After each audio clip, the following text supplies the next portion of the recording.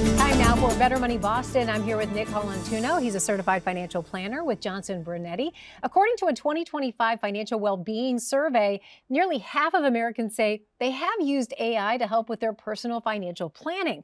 Now, Nick, that's very popular these days, but you say there's maybe a word of warning out there about that. Well, I think there absolutely should be. There's no question that artificial intelligence is just a uniquely generational technology that we all get the benefit of using.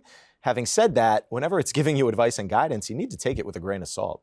Do you think this is a across-the-board replacement for human advice? Well, absolutely not. I think the role we provide for our clients as financial planners is just really having a deeper relationship with our clients, knowing exactly what their goals and wishes are, and as a result, knowing the plans that should be put in place or, moreover, the recommendations that should be made. Okay, I've noticed that AI, while it might be able to help you ask better questions, it lacks that organic human empathy. Is that a problem?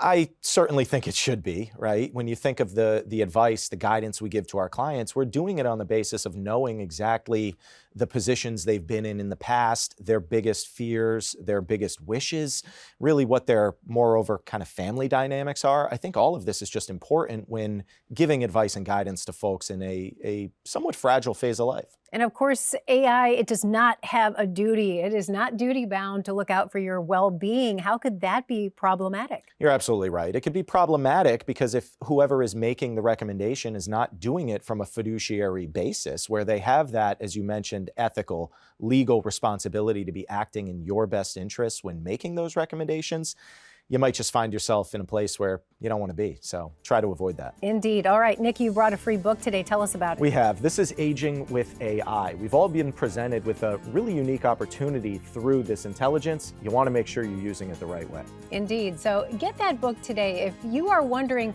what's the balance? How do you strike that balance with AI and doing it yourself with artificial intelligence, yet making sure that you're on the right track to plan your own retirement?